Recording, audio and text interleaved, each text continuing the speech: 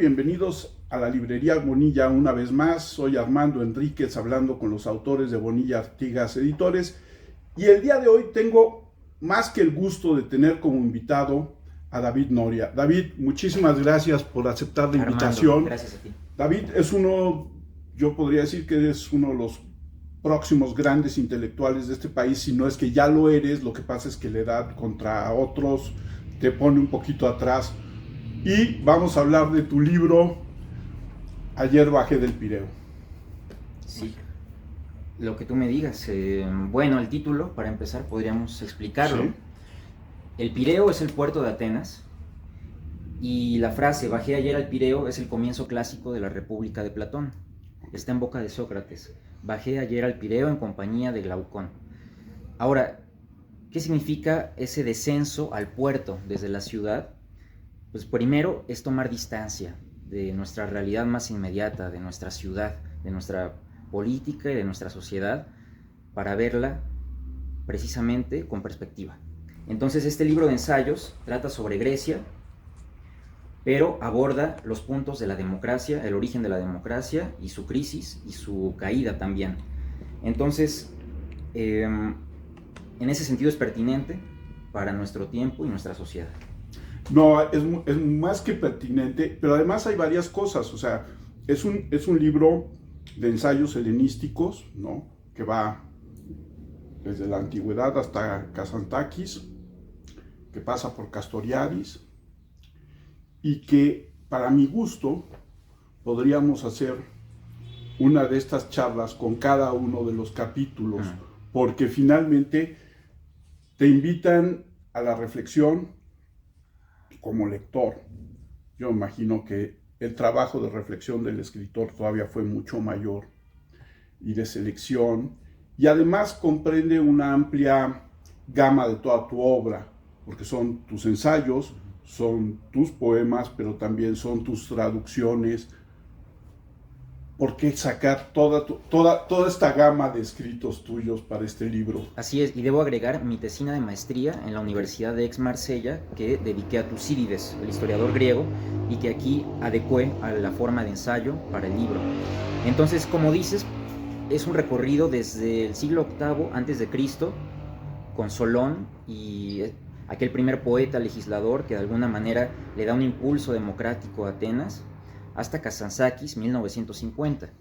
Es una panorámica de Grecia bastante amplia, que en sí misma nos dice que Grecia existe todavía, que cuando se habla de Grecia no solo pensemos en la Hélade clásica, sino en nuestros contemporáneos, que basta tomar el teléfono, hablar a la embajada y te saludan en griego.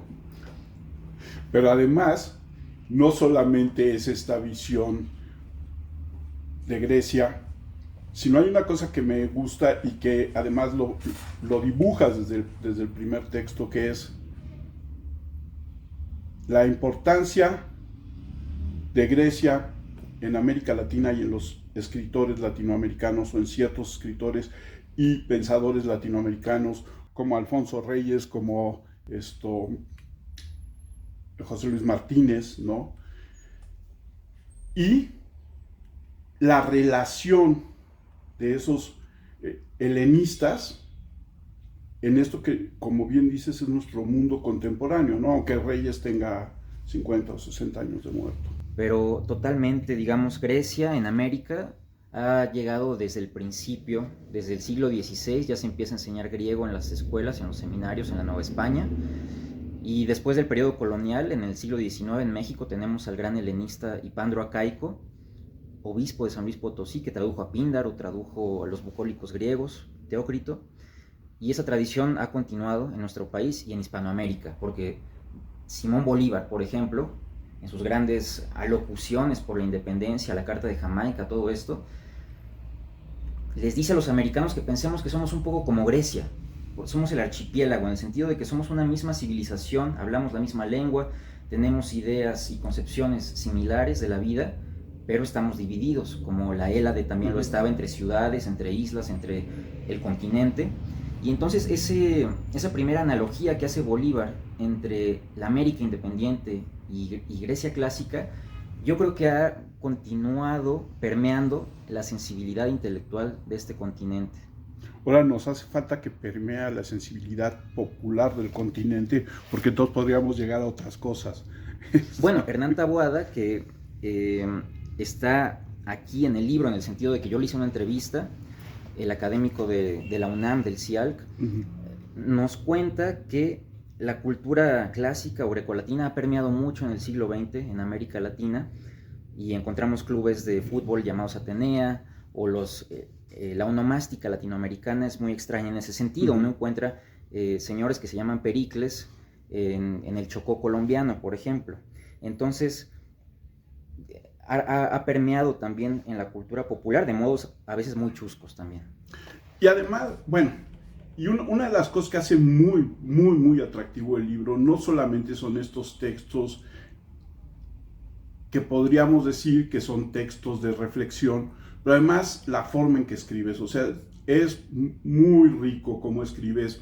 Se me va el nombre del maestro de griego. Raúl Torres. De Raúl Torres, y este texto que construyes en Los Panchos es una maravilla. Hace parte del magisterio de Raúl Torres, con sus alumnos de griego, llevarnos un buen día a comer carnitas a Los Panchos, pero es en el fondo un banquete platónico. Yo creo, es actualizar a los clásicos, pero viviéndolos también. Y en ese sentido está como lleno de analogías todo tu libro, ¿no? Y aquí hay una pregunta. El libro recoge un número determinado de textos. ¿Cuántos se quedaron afuera? Francamente muy pocos. El criterio principal para formar el libro fue, como tú decías, una primera sección dedicada a la Grecia antigua, a la democracia, luego Grecia entre nosotros, en América hispánica, finalmente mis poemas o traducciones del griego, y al final un epílogo que Juan Luis Bonilla me pidió y que ha sido un gran acierto porque explica cómo se formó este libro.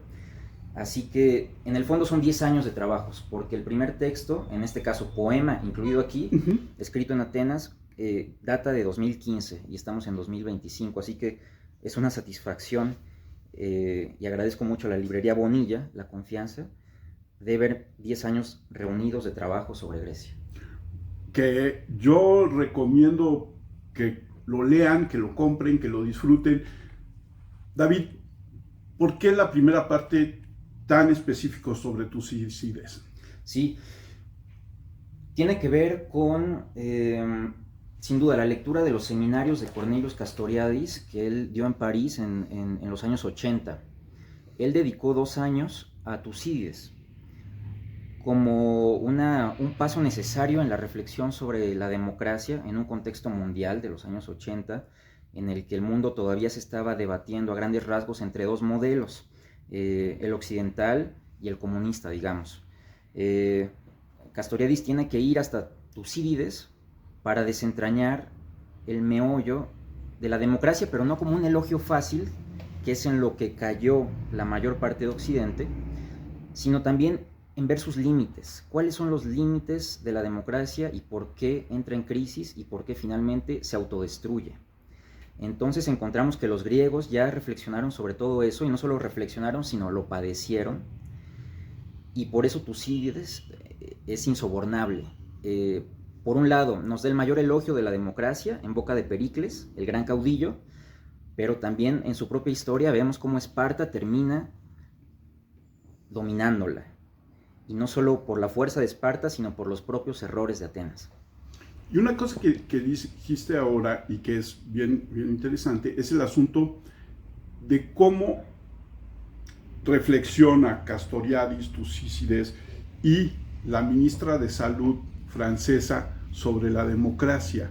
Y además, en este último discurso que tú tradujiste y está publicado en el libro, mejor que en los tiempos contemporáneos, si volteamos a nuestro país y al país del norte, no puede estar explicada la relación medicina-política, ¿no crees?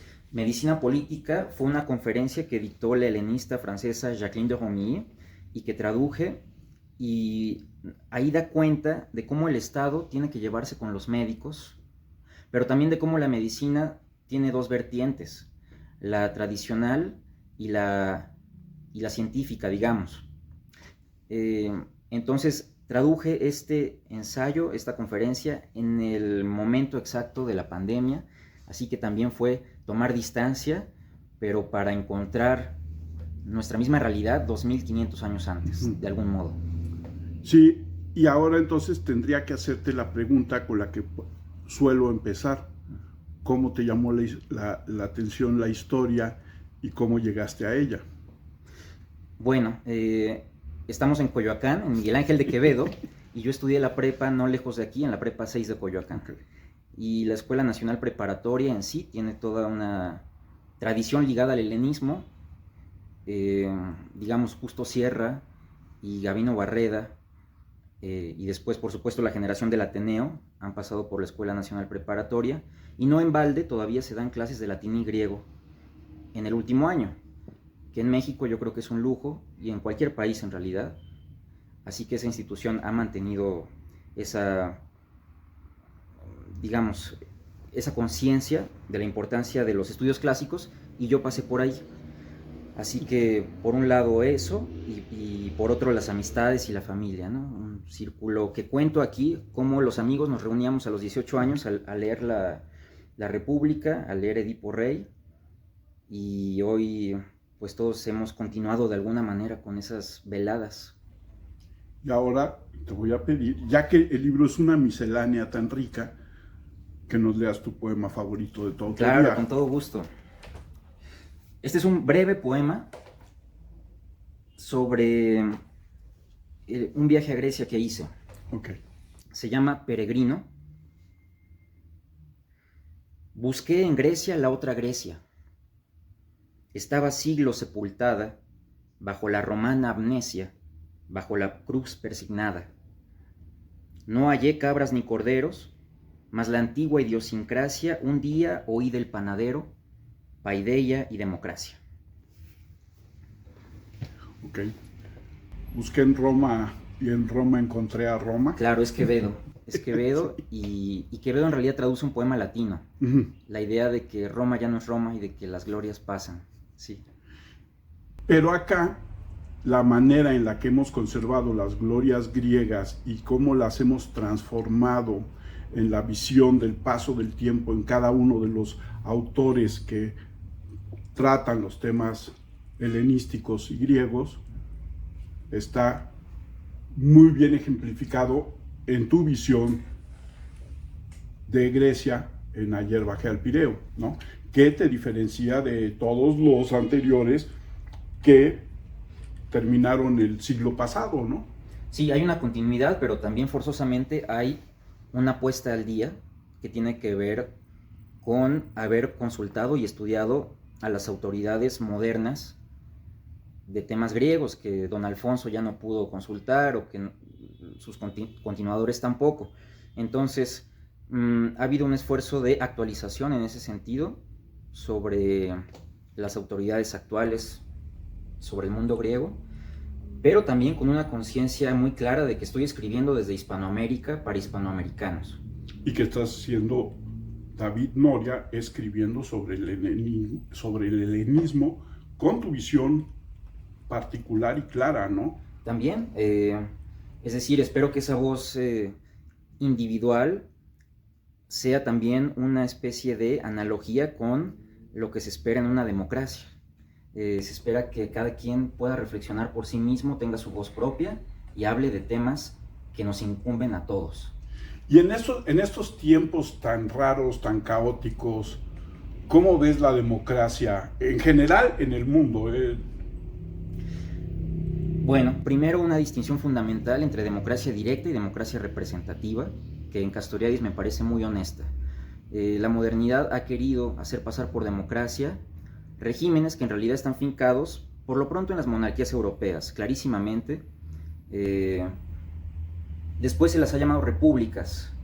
Cuando uno ve de cerca las cosas, funcionan muy parecido a las monarquías europeas. Entonces, no podemos pretender que vivimos en la Atenas de Pericles.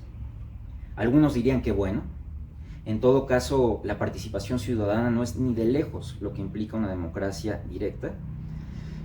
En ese sentido, nuestro momento actual es una mezcla, como tantas cosas, de muchos estamentos históricos. Así que, ¿qué opciones le veo yo a la democracia actual? Pues que tome conciencia de sí misma, dentro de esa amalgama diversa, que reconozca esos valores fundamentales. Para eso es indispensable ir a Grecia. David, el construir esta democracia, o pensar la democracia, que implica que además un poco como en el discurso que tradujiste, sea todas las voces, pero además hay una cosa que en el discurso de medicina y política que es muy interesante y es muy contemporáneo.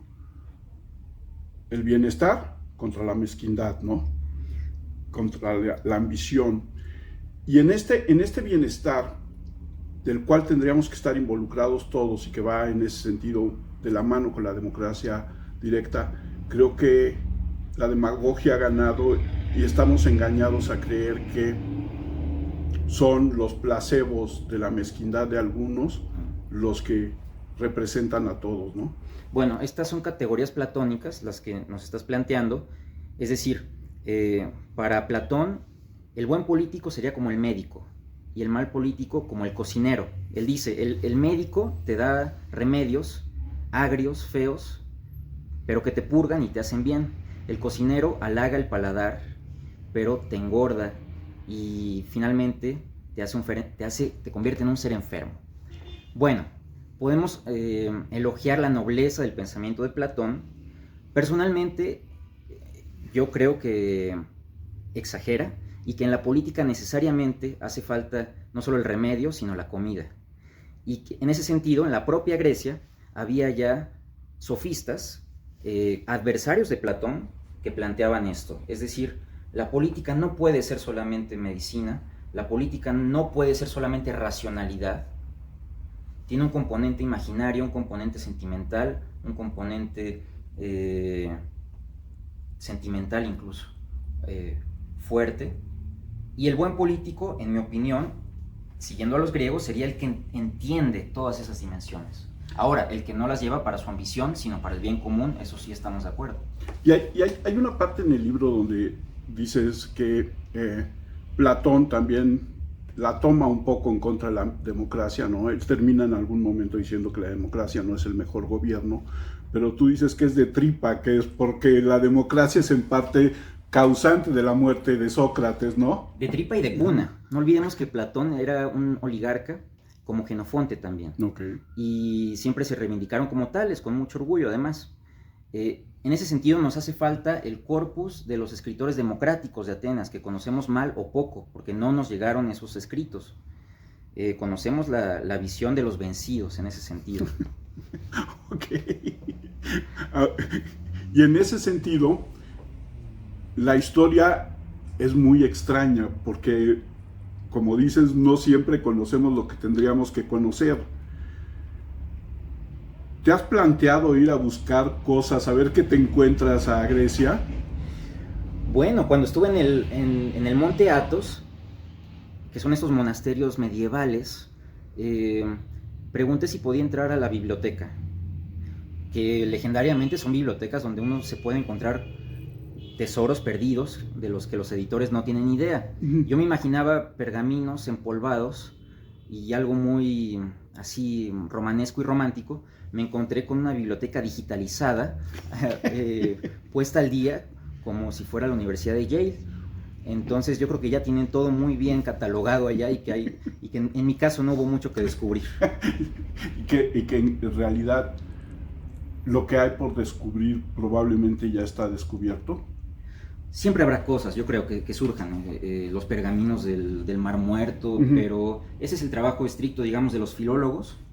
Y para que eso llegue a la discusión intelectual hace falta un proceso enorme de edición, de estudio, de traducción. Así que sí, siempre está abierta esa posibilidad. Ahora, tú hoy en día vives en París. Sí. Y desde París, ¿cómo se ve el helenismo? ¿Cómo se ve el helenismo de América Latina, ¿no? O de Hispanoamérica? La primera pregunta, ¿cómo está el helenismo en Francia? Bueno, el Museo del Louvre acaba de hacer una gran exposición sobre la Olimpiada, pero la Olimpiada clásica. Entonces ellos tienen muy presente esa herencia, renovándola de acuerdo a su propio calendario nacional y europeo. Es cierto que ya no hay figuras tan señeras del helenismo francés como las hubo en los años 70-80. Un Vidal-Naquet, un Jean-Pierre Vernant, Jacqueline de Romilly. Ahora más bien parece que se han conformado grupos de trabajo, de investigadores, pero sin esos faros que había antes, el propio Castoriadis. Ahora, ¿cómo ven el helenismo en Hispanoamérica? Francamente, la pregunta sería, ¿ven a Hispanoamérica? Primero, deja tú el helenismo. Sabemos el mundo europeo y de sus perspectivas bastante, en ciertos sentidos, eurocéntricas. Y en ese sentido hay una cosa que dices al principio, en las primeras hojas del libro, que es bien interesante. O sea, el mundo eurocéntrico está basado en el Mediterráneo, ¿no? Básicamente ahí está el helenismo de la parte del Mediterráneo.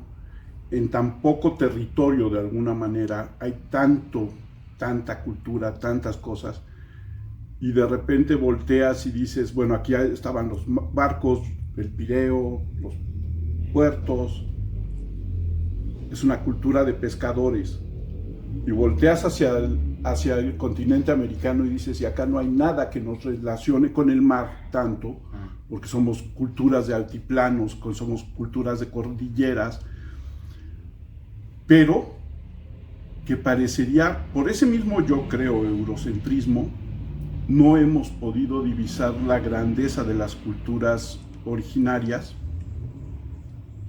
en un territorio tan vasto, ¿no? Sin duda. Bueno, aquí entramos en el tema de la identidad de Hispanoamérica y de México. ¿Cómo pensamos realmente, ¿no? ¿Con qué paradigmas? Sin duda el paradigma europeo ha primado, pero eso hay que tejerlo fino, digamos, en la discusión, porque no es tan fácil decir desechemos la herencia occidental y volquémonos con fervor a los vestigios precolombinos.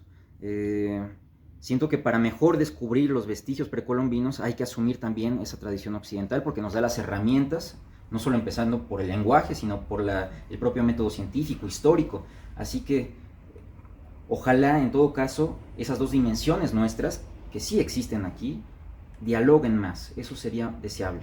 Porque además en eso tienes mucha razón. O sea, no podemos negar nuestros orígenes europeos como no podemos negar nuestros orígenes americanos, ¿no? Somos finalmente culturas mestizas, pero además nuestro desconocimiento de los lenguajes originarios nos pone también en cierto momento en desventaja, ¿no? Porque no tenemos las certezas y el gran conocimiento que tenemos de las culturas clásicas europeas, en el caso de las culturas clásicas, porque además tampoco había un gran testimonio escrito. Exactamente, eso es fundamental. El alfabeto y lo que permite que nosotros hablemos de los griegos y los conozcamos y los estudiemos es la escritura alfabética. Griega, después latina, después española. ¿Y qué es nuestro mundo? Nuestro mundo mental, nuestro mundo casi ontológico, diríamos. En ese sentido, ese silencio que primó en la América antigua, para nosotros es un gran desafío, cómo penetrarlo. Sí. Y por eso vemos también que sea nada más un coto de altísimos especialistas el entender ideogramas o pictogramas o los códices, o saber realmente valorar lo que valen las fuentes novohispanas, porque ciertamente están tamizadas por el contacto con el español. Así que, en otro sentido, ¿por qué hay carrera de letras clásicas? Y para nosotros eso es griego y latín, y no sería náhuatl clásico, ¿no? Creo que es una pregunta válida, pero de hecho es así, y en todo caso, repito, habría que dialogar más en ese sentido. Sí. ¿Qué sigue en los estudios helenísticos de David Noria? Bueno, por ahora me he concentrado en Alfonso Reyes. y su misión como embajador en Francia entre los años 1925 y 27. También estoy preparando un libro de ensayos sobre autores franceses. Y en ese sentido sigo diversificando los intereses, pero por lo pronto este hito personal que es Bajé ayer al Pireo, Estudios Helénicos, me compromete también a continuar con el tema griego más adelante. Yo pienso que Bizancio sería un interés a seguir y a seguirle la pista. Sí, porque además, no, seamos también claros, no es que te comprometa, es el gusto personal, claro, por seguir trabajando en un tema que te apasiona, ¿no? Es una pasión intelectual, sí. Claro. Y Alfonso Reyes. Y don Alfonso. Don Alfonso. De ese ya platicaremos después. Perfecto. ¿No? Porque yo siento que hay un círculo donde Alfonso Reyes es muy valorado, pero en general está más que menospreciado, desconocido. Las obras que ha impreso el Fondo de Cultura es como en buenos tiempos de López Portillo, para llenar metros de librero, y no se ha hecho el trabajo bien de leer y de además difundir la obra de un hombre como Reyes, que fue y sigue siendo tan importante para los fundamentos de nuestro país, ¿no crees? Reyes es nuestro clásico, como Platón lo es para Grecia. Entonces es fundamental tener ediciones disponibles, las obras completas, los diarios, los epistolarios. Así que esa es una misión de la cultura mexicana, tener al día a Alfonso Reyes. En la medida en que seamos capaces de hacer eso, somos dignos de tener una cultura clásica. Sí, yo estoy de acuerdo contigo. David, ¿dónde encuentra la gente Bajé ayer al Pireo? Bajé ayer al Pireo está en la librería Bonilla de Miguel Ángel de Quevedo, en Coyoacán. ¿Y dónde te encuentra a ti la gente en redes sociales? Bueno, les comparto mi correo electrónico, tercerfósforo@gmail.com. Con muchísimo gusto recibo sus mensajes y les contesto. Yo soy Armando Enríquez. A mí me encuentran en X como @cernícalo. Les recuerdo que tenemos un proyecto con Bonilla Distribución y Edición que se llama Artefacto de Letras, donde colabora David. Pueden ahí leer los textos de David, que no están en Bajé ayer al Pireo y que seguirá colaborando con nosotros ahí. Tenemos nuestro TikTok, tenemos nuestro Instagram, tenemos próximamente nuestro Spotify, y yo tengo un podcast personal que se llama Una Charla Como Cualquiera, que puede usted escuchar en cualquiera de las plataformas donde escuche sus podcasts. Muchas gracias a Yaroslav Aceves, nuestro productor, como siempre, y nos vemos en una próxima charla aquí en la librería Bonilla, con los autores de Bonilla Artigas Editores.